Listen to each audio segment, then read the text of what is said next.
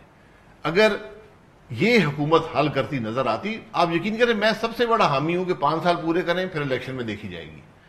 آج میں نہیں سمجھتا کہ ہم میں سے کوئی بھی اس کو افورڈ کر سکتا ہے. سر پھر میں وہی سوال دہراؤں, ایک طرف آپ کہتے ہیں کہ حکومت نہیں مسئلے حل کر سکتی, آپ کہہ رہے ہیں کہ سچویشن اتنی خراب ہے جتنی 77 میں تھی, تو اب سر پھر اپوزیشن کی ذمہ داری ہے نا, اور پولیٹیکل پارٹیز کا کیا کام ہوتا ہے to come into power especially if they think that the government is not performing. اب آپ کہتے ہیں کہ لوگ بھی سڑکوں پہ خود نکلیں گے, ہم نہیں نکالیں گے. اب آپ کہتے ہیں ایلائز چھوڑ کے جائیں گے تو وہ خود ہی چھوڑیں گے, ہم نہیں کریں گے, تو یہ تو پھر سر پھر یہ تو سیاسی جماعت کا کام نہیں ہوا نا. بالکل ٹھیک بات ہے, میں یہ نہیں کہہ رہا, میں کہہ رہا ہوں کہ لوگ خود سڑکوں پہ نہ آئیں, یہ ہماری ذمہ داری ہے, ہم ان کی آواز بنیں, اگر ضرورت پڑے تو ان کو ایک پولیٹیکل نظام کے اندر لے کر آئیں.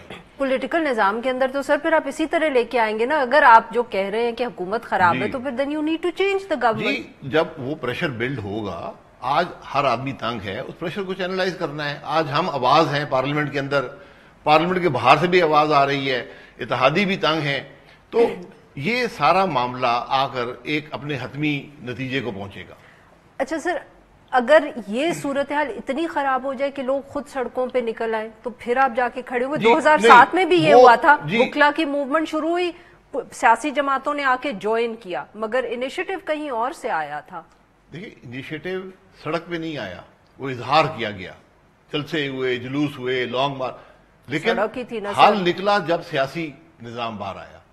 تو لیکن جب عوام باہر آ جائیں, کیونکہ آج ایشو جو ہے وہ اکنامک کرائسس ہے, ایشو کو پولیٹیکل نہیں ہے, حکومت نے معیشت کو تباہ کر دیا ہے, تو یہاں جب لوگ تنگ آ کر بے روزگاری سے, فاقے سے, مہنگائی سے تنگ آ کر باہر آئے تو پھر وہ کسی کی سنیں گے نہیں. تو اس سے پہلے کہ ہم اس حد تک پہنچ جائیں, یہ ہم سب پر لازم ہے, صرف اپوزیشن نہیں, حکومت کو بھی بات سمجھنی چاہیے کہ ہم سے نہیں کام چل رہا. ان کے اتحادی سمجھ بیٹھیں گے, حکومت, یہ میں سمجھتا ہوں زیادہ عرصے کی بات نہیں ہے, زیادہ عرصے کی بات نہیں ہے, اس میں ٹائم زیادہ نہیں لگے گا, اب کچھ نہ کچھ نتیجہ یہاں نکلے گا. اینڈ یو تھنک کہ نتیجہ اسی طرح نکلے گا کہ یا لوگ تنگ ہو کے سڑکوں پہ آئیں گے یا اتحادی جو ہے حکومت چھوڑ دیں گے؟ اتحادی چھوڑ جائیں گے, حکومت کی اکثریت نہیں رہے گی, یہی سب سے بہتر طریقہ ہے. سر اگر حکومت کی میجورٹی نہیں رہتی تو پھر بھی دو آپشنز ہیں, یا تو کوئی اپوزیشن کی جو جماعت ہے, یا آپ ہوں گے یا پی پی پی ہے, تیسرا تو کوئی نمبرز نہیں ہے نا کہ آپ ہی آگے بڑھیں گے اور آپ حکومت جو اتحادی ٹوٹے ہیں ان کے ساتھ بیٹھ کے حکومت بنا لیں گے, یا آپ یہ نہیں کریں گے which will force a new election. جی بالکل. which would you prefer? which will Pakistan Muslim League Nawaz کی گیم پلاننگ کیا ہے اگر ایسی صورتحال ہوتی ہے؟ یہ صرف پی ایم ایل این کا فیصلہ نہیں ہے, ہمیشہ سیاسی مسائل کا حل الیکشن میں ہوتا ہے, ہمیشہ. میں جو بات ہمیشہ کرتا ہوں وہ یہ بھی ہے کہ اس الیکشن سے پہلے آپ کو جو ہماری گورننس کا نظام ہے جو آج ہے, میں نے آپ کے پروگرام میں بھی کہا ہے, جو 6 اسٹیک ہولڈرز ہیں, جب تک وہ فیصلہ نہیں کریں گے کہ مستقبل میں حکومتیں کیسے چلیں گی تو کوئی حکومت چل نہیں پائے گی. اور جو آج معیشت کے حالات ہیں, کوئی بھی ایک جماعت اس کو سنبھالا دینے میں اس کو بہت مشکلات پیش آئیں گی, کیونکہ آپ الیکشن کرائیں, جو بھی آئے گا, یہ پرابلمز اتنے بڑے ہیں, اتنے وسیع ہیں کہ بہت مشکل فیصلے آپ کو کرنے پڑیں گے. اور میں بار بار کہتا ہوں کہ جہاں پر ہم 1 جون 2018 کو تھے, آج آپ کام شروع کریں گے, آپ کو 5 سال لگیں گے وہاں پر پہنچنے میں. تو بہت مشکل فیصلے, یہ ملبہ اٹھانا شاید ایک جماعت کے بس کی بات نہ ہو. اگر نظام بھی نہ بدلیں ہم گورننس کا تو پھر ناممکن ہے. اگر اس ملک میں نیب رہے گی حکومت نہیں چلے گی, یہ بڑا واضح, اس حکومت پر بھی واضح ہو گیا ہے. ان کو بڑا شوق تھا اپوزیشن کو پکڑیں گے, نیب سے دبائیں گے.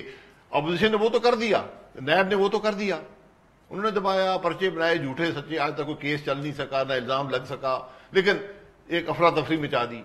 اس کا اثر یہ ہوا کہ آج کوئی بھی افسر کوئی فیصلہ کرنے کو تیار نہیں ہے. آپ کرائسس پہ جا رہے ہیں. صحیح. ناظرین یہاں پہ لیں گے ایک چھوٹا سا بریک, اور جب ہم بریک سے واپس آئیں گے تو ہم شاہد خاقان عباسی صاحب سے گفتگو جاری رکھیں گے. اسٹے ود اس.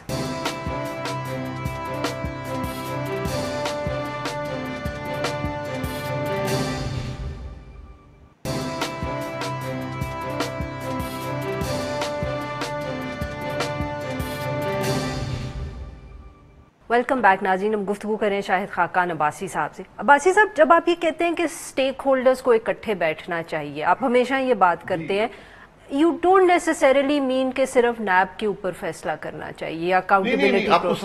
آپ کو فیصلہ کرنا ہوگا کہ اس سے زیادہ اہم کیا سر بتائیں کہ ہاؤ اٹ ول ہیپن, یہ تو ایک اور بہت لمبی بحث ہے, بٹ آپ کے خیال میں کوئی 2-3 چیزیں ایسی جن کے آپ کے خیال میں ان کے اوپر اگر کنسنسس سے فیصلہ نہیں ہوا تو یہ جو مسئلے ہیں جن کا آپ بار بار ذکر کریں, اکانومی کے ہوں اور ہوں, وہ حل نہیں ہوں گے. 3 ایسے ایشوز جو آپ کے خیال میں اب اسینشیل ہے؟ دیکھیں یہ 3 ایشوز، یہ ایک ایشو یا 300 ایشوز کی بات نہیں ہے، یہ ایک پروسیس کی بات ہے. نظام تو چلنا ہے، چلے گا تو حکومت چلے گی نا. نظام نہیں چل رہا. نظام اس لیے نہیں چل رہا کہ جو فیصلہ بھی آپ ایگزیکٹو کرتا ہے اس کو مختلف سٹیک ہولڈرز مختلف طریقے سے چیلنج کرتے ہیں، کچھ کانسٹیٹیوشنل، کچھ ایکسٹرا کانسٹیٹیوشنل. اور جو کانسٹیٹیوشنل بھی چیکس ہیں ان کی جو ایکسرسائز ہے، جس طرح ان کو استعمال کیا جاتا ہے، وہ بھی یہ دیکھ کر نہیں کہ ملک کے ریسورسز کیا ہیں یا کنسٹرینٹس کیا ہیں. مثلا آپ کے سامنے یہ 120 نائب عدالتوں کی بات آ گئی. اس وقت ان میں 25 نائب عدالتیں ہیں، ان میں سے بھی شاید آدھی نہیں چلتی، وکیل وہاں جج نہیں ہیں. 10 ججز کی اپوائنٹمنٹ وہ ویکنٹ ہے جی، پوسٹ، وہ آدھی تو خالی پڑی ہیں. پھر پروسیکیوٹر نہیں ہیں، کیس سارے جھوٹے ہیں. ہر نیب کا کیس نیب کے اپنے قانون کی خلاف ورزی کرتا ہے، جو اس میں اندر ٹائم فریم لمٹ. تو آپ نے سینکڑوں لوگوں کی زندگی ہولڈ پہ ڈالی ہوئی ہے. مثلا میں آپ کے سامنے ہوں، 2 سال سے نہ میں کوئی چیز خرید سکتا ہوں، نہ بیچ سکتا ہوں، نہ میں کوئی قرضہ لے سکتا ہوں، نہ میں کاروبار کر سکتا ہوں. تو میری زندگی تو ہولڈ پہ ہے نا. اب 10 سال کیس چلتا رہے گا نیب میں آرام سے بیٹھا ہوں. تو یہ چیزیں جو ہیں اس طرح گورننس کے اندر آپ کو ہر چلے اکاؤنٹیبلٹی پروسیس ایک ہو گیا. ایک اور بتائیں سر، اکانومی کے اور بھی تو بہت میجر چیزیں ہیں. آپ نے پی آئی اے کے مسئلہ حل کرنے کی کوشش کی، نہیں ہو پایا. سٹیل ملز کا مطلب ان میں سے کوئی 2-3 ایسی چیزیں ایگزیکٹو کو کرنے دیں نا. سٹیل مل کو آج سے 16 سال پہلے پرائیویٹائز کیا گیا تھا، وہ سٹرائک ڈاؤن ہو گیا. سر جس نے سٹرائک ڈاؤن کیا اس کے حق میں ہر سیاسی جماعت اس ملک کی کھڑی ہوئی. اس کے بعد میں اشخاص کی بات نہیں کر رہا، میں ادارے کی بات بھی نہیں کر رہا. میں سمجھنے کی ضرورت ہے کہ اختیار کون سا اختیار کس کے پاس ہے. میں کسی پر تنقید نہیں کرنا چاہتا. آج جو ہمارے ہائیسٹ فورمز کے جوڈیشل فیصلے ہیں، انہوں نے آپ کو 7-8 ارب ڈالر کا ایکسپوجر دیا ہوا ہے پاکستان کو. سر آر پی پیز کا کیس آپ کی جماعت لے کے گئی سپریم کورٹ میں، وہی تو کہہ رہی ہوں نا کہ پھر کنسنسس ہم نہیں لے کر گئے. حقائق بڑے مختلف ہیں. آر پی پی کی اگر آپ بات کرتے ہیں، وہ $19 بلین کا چیک دے کر گئے تھے حکومت کو کہ ہم سے غلطی ہو گئی، یہ ہمارے پیسے رکھ لیں اور ہمارے جہاز ہمیں دے دیں. یہ اس کی حقیقت ہے.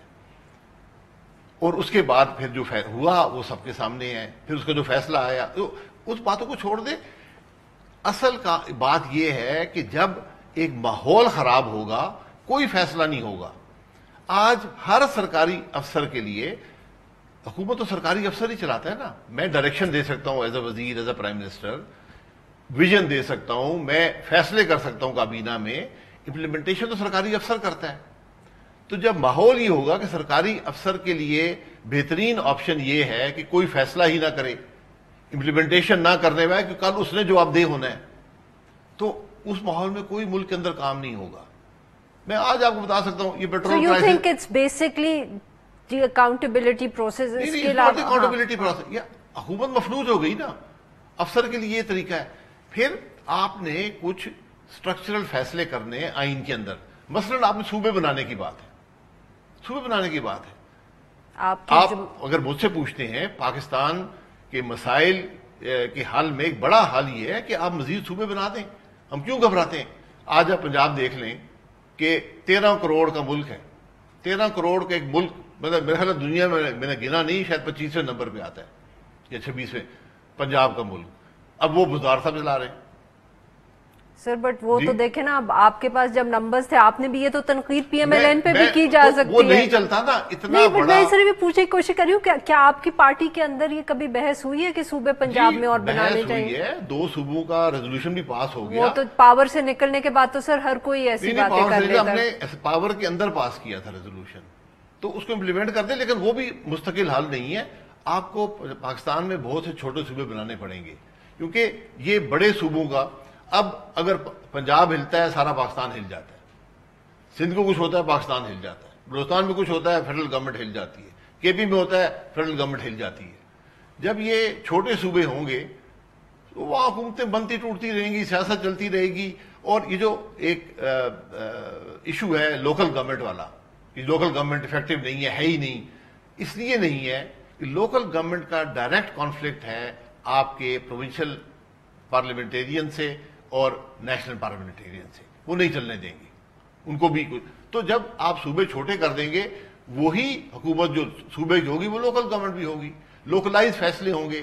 اب میں مری کا رہنے والا ہوں، لاہور سے بیٹھ کر میرے اسکول اور ہسپتال نہیں چل سکتے. جو سکھر میں ہے وہ کراچی سے بیٹھ کر سکھر کے اسکول اور ہسپتال نہیں چل سکتے. بنیادی کام تو یہ ہے صوبائی حکومتوں کا. اس طرح کوئٹہ میں بیٹھ کر تو پشین کے کام نہیں چل سکتے، گوادر کے کام نہیں چل سکتے، دار بندین کے کام نہیں چل سکتے. یہاں بھی یہی حالت ہے. چترال جو اب 2 ضلع بن گئے ہیں وہ پورے کے پی کے رقبے میں کا آدھا ہے، تو پشاور بیٹھ کر ان کے مسائل تو حل نہیں ہوں گے نا. 8 گھنٹے دور آخری ان کی حد ہے. یہ چیزیں ہمیں سوچنی ہوں گی. اور یہ پھر میں کہوں گا یہ چیزیں ایک جماعت نہیں کر سکتی، یہ سب کو. اسی طرح NFC ایوارڈ میں بڑی اس وقت بات ہے وہ sir we'll talk about that after a short break. ناظرین یہاں پہ لیتے ہیں ایک چھوٹا سا break.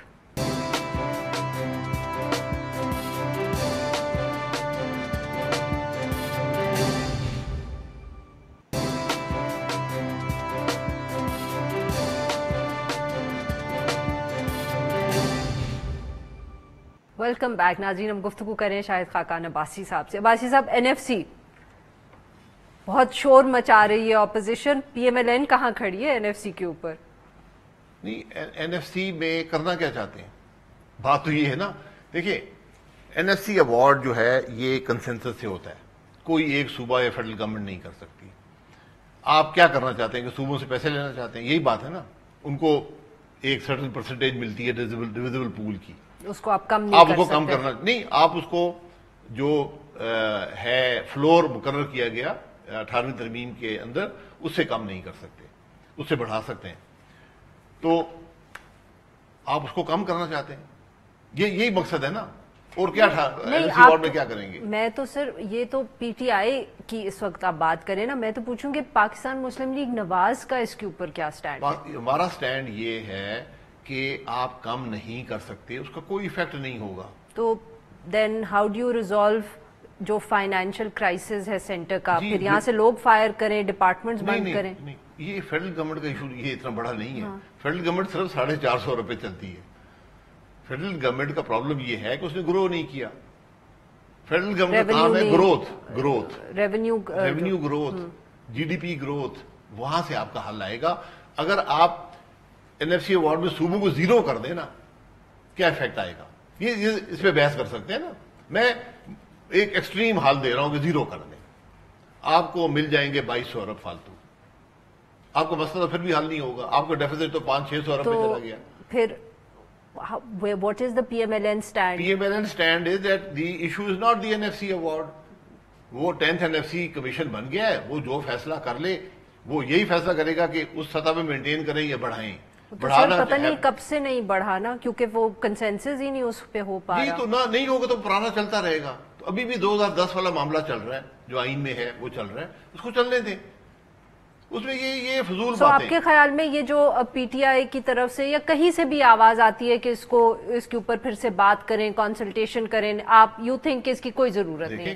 18th amendment over all آپ کے خیال میں کوئی بحث کرنے کی، کوئی کنسلٹیشن کی ضرورت نہیں ہے؟ کنسلٹیشن نہیں. NFC ایوارڈ اور 18th امینڈمنٹ دو مختلف چیزیں. جی آئی نو، میں دونوں کے بارے میں NFC ایوارڈ جو ہے وہ حکومت بتا دے وہ کیا کرنا چاہتی ہے. میرے خیال میں NFC ایوارڈ کو کوئی چھیڑنے کی ضرورت نہیں ہے. اور 18th امینڈمنٹ کو بھی چھیڑنے کی ضرورت 18th امینڈمنٹ اب ہے نہیں.